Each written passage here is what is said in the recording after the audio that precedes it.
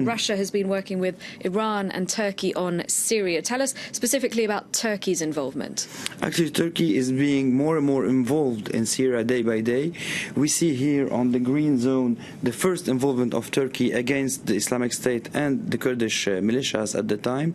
And then we have these attacks in the last weeks. We see the green dots. These are the points of entry of the Turkish army against the Kurdish YPG.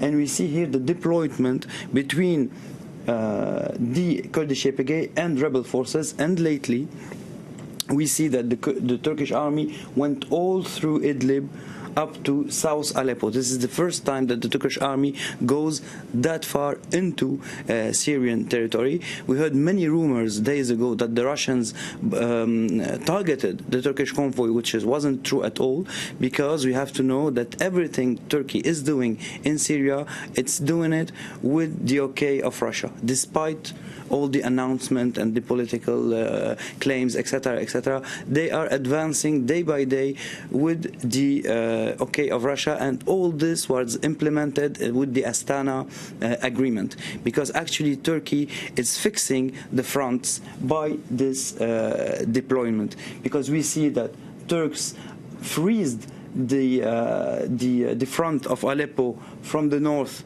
and the east, and now they are freezing it on the west. So this is what counts, and this is the de-escalation zone, and this way the Turks are containing all this rebel zone where there is jihadi activity. We have Hayat Tahrir al-Sham, which is split from Al-Qaeda, but we also have new Al-Qaeda offshoots in this region which aren't connected to Hayat Tahrir al-Sham. And what are the Turks doing south of Aleppo?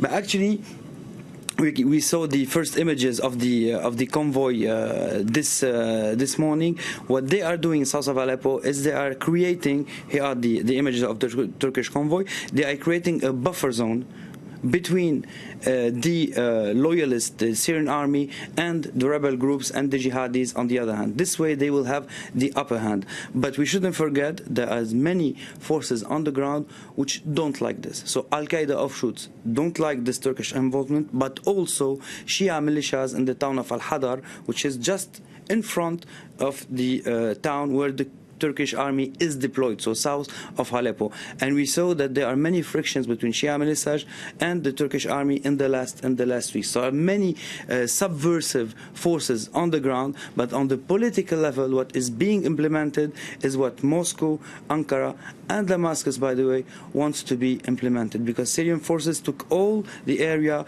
east of the railroad, and what's left is a small area with jihadi factions, rebel factions, who are going to end up to fight each other under Russian and American bombs. All right, thank you very much indeed for your analysis, Wassim.